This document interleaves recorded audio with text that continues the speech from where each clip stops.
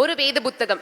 அதற்குள் 66 புத்தகங்கள், 39 பழைய ஏற்பாடு, 27 புதிய ஏற்பாட்டில். ஆகமங்கள் 5: ஆதியாகமம், யாத்ராகமம், லேவியராகமம், எண்ணாகமம், உபாகமம். உபாகமம் என்பது உயிர்த்த தலைமுறைக்கு புதிய ஆகமம். மோசே எழுதிவிட்டு மோவாபிலே மரித்து விட்டான். ஒரு தலைவன் எழும்பினான் யோசுவாவில், பல தலைவர்கள் எழும்பினார்கள் நியாயாதிபதிகள். பின்பு ரூத்தின் கதையை வாசித்த பின் போவாஸ், ரூத் இருவரையும் நேசிக்கிறோம். ஆண்டவர் வேண்டாம் என்றனர், அரசன் வேண்டும் என்றனர். சவுல் கொஞ்ச காலம் நின்றான், தாவீது பல போர்களில் வென்றான், சாலமோன் அதை அனுபவித்து சென்றான். தொடர்ந்து ராஜ்யம் உடைந்தது, வடக்கு தெற்கு என பிரிந்தது. சிலர் உறவுக்கு கட்டுப்பட்டனர், பலர் உறவில் இருந்து வெட்டுப்பட்டனர். இதைத்தான் சாமுவேலிலும் ராஜாக்களிலும் வாசிக்கிறோம். எப்படியெல்லாம் வாழ்ந்திருக்கிறார்கள் என யோசிக்கிறோம். இதுவரை நடந்ததை நாளாகம் நினைவூட்டுகிறது, மறந்துவிடக் கூடாது என்று நமக்கு துணை ஊட்டுகிறது.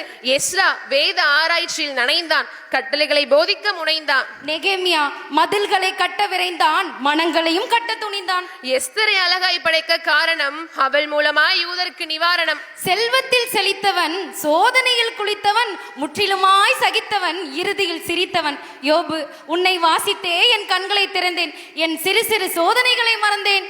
150 அதிகாரத்தில் செபம் இருக்கிறது, தவம் இருக்கிறது, துதி இருக்கிறது, எதிரிகளின் சதி இருக்கிறது, ஆடல் இருக்கிறது, மகிழ்ச்சியின் பாடல் இருக்கிறது, அறிக்கை இருக்கிறது, அழுகையும் இருக்கிறது, தீர்க்க தரிசனம் இருக்கிறது, கர்த்தரின் கரிசனம் இருக்கிறது. சங்கீதம், எவரும் எந்நேரமும் யெகோவாவிடம் எட்ட ஏற்படுத்தப்பட்ட ஏணி. நல்லது எது, கெட்டது எது, மனிதனை தொட்டது எது, மனிதனை சுட்டது எது, சரி என பட்டது எது. நீதிமொழி, பலவற்றையும் அறிந்து விட்டான், பின்பு பிடிக்கவில்லை என்று எரிந்து விட்டான். முற்றும் மாய் என மொழிந்து விட்டான், பலரது பற்றும் மாய் என பணிந்து விட்டான். பிரசங்கி முழுவதும் சாலமோனின் புலம்பல் அனுபவித்து விட்ட பிறகு ஐயோ அலம்பல். உன்னதமாய் இருக்கிறது உன்னத பாட்டு, எவர் மனமும் மயங்கும் அதனை கேட்டு. இதற்கு பிறகு ஏசாயா முதல் தானியல் வரை பெரிய தீர்க்கதரிசிகளின் தொகுப்புரை.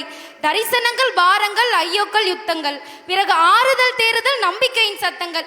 ஏசாயா இந்த மாதிரி, எரோமியா வேற மாதிரி.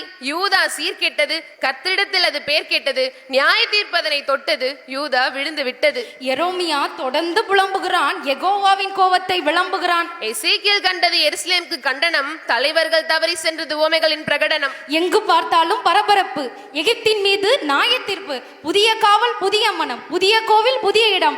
ராஜாக்களை அதிர்ச்சியில் ஆட்டி வைத்தவர், அக்கினியில் குளிர்ச்சியை கூட்டி வைத்தவர், சிங்கங்களின் வாயை பூட்டி வைத்தவர், எதிர்காலத்தை தானியேலுக்கு காட்டி வைத்தவர். செய்தவர் இமானுவேல், எழுதியவர் தானியேல். ஓசியாவில் வேசித்தனமும் தேவனுடைய உண்மையும், ஆமோஸில் வெட்டுக்கிளியும் தேவனுடைய தன்மையும். ஆமோஸில் நாம் படிப்பது கர்த்தரை காண்பதே சரியான பாதை. உபதியாவில் ஏதோம் துடிப்பது தேவனால் அவர்களுக்கு உபாதை. யோனாவில் மீன் துணிச்சல், மீகாவில் நீதிமான் துணிச்சல், நாகும் தீயவருக்கு வேட்டு, ஆபகுக் தேவனை நம்பி பாட்டு, செப்பனியா கர்த்தருக்கு செப்பனிடும் நாள், ஆகாய் ஆகா ஆலயம், சகரியா ஆவியினாலாகும் மாம்சத்தினால் அல்ல, மல்கியா கர்த்தர் மனம் நோக்கும் இதை எங்கே போய் சொல்ல. பழைய ஏற்பாடு முற்றிற்று, பூமி 400 வருடம் சுற்றிற்று, பின்பு புதிய ஏற்பாடு பற்றிற்று, வாதைகளின் கர்ச்சிப்பு தொற்றிற்று.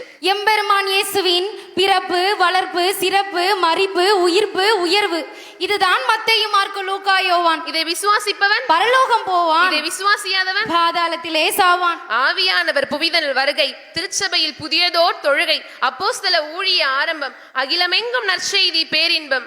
பவுலி நிறுவம் தொடங்குகிறது, இதில் 13 மடல்கள் அடங்குகிறது. ரோமர் மனித நீதி விளக்கம், தேவ நீதி அடக்கம். கொரிந்தியர் பவுலுக்கு தனிப்பட்ட வருத்தம், திருச்சபையில் திரளான திருத்தம். கலாத்தியர் பிரமாணத்தை விளக்கு, விசுவாசமே விளக்கு. எபேசியர் கிருபையினால் மீட்பு, நல்லதை எதிர்பார்ப்பு. பிலிப்பியர் சங்கிலியின் சந்தோஷம், சிறையிலிருந்து சுவிசேஷம். கொலோசியர் வேண்டாம் உலக தத்துவம், வேண்டும் உன்னத சத்துவம். தெசலோனிக்கேயர் விசுவாச பொழிவு, தயாபரின் வருகையின் தெளிவு.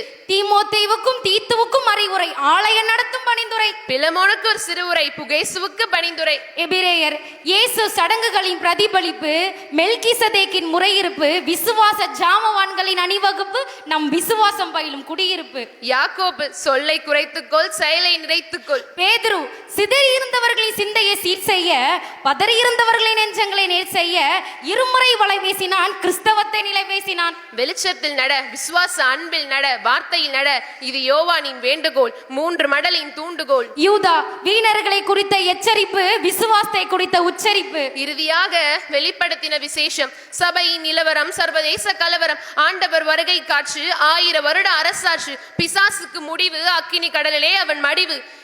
ஜீவ புஸ்தகத்தில் பேர் இருந்தால் பரலோகத்தில் தருணம், ஜீவ புஸ்தகத்தில் பேர் இருந்தால் பரலோகத்தில் தருணம், பேர் இல்லாதவருக்கு 2ஆம் மரணம். இறுதியாக புதிய வானம், புதிய பூமி, புதிய எருசலேமில் இயேசுவே சுவாமி, இயேசுவே சுவாமி, இயேசுவே சுவாமி. நன்றி.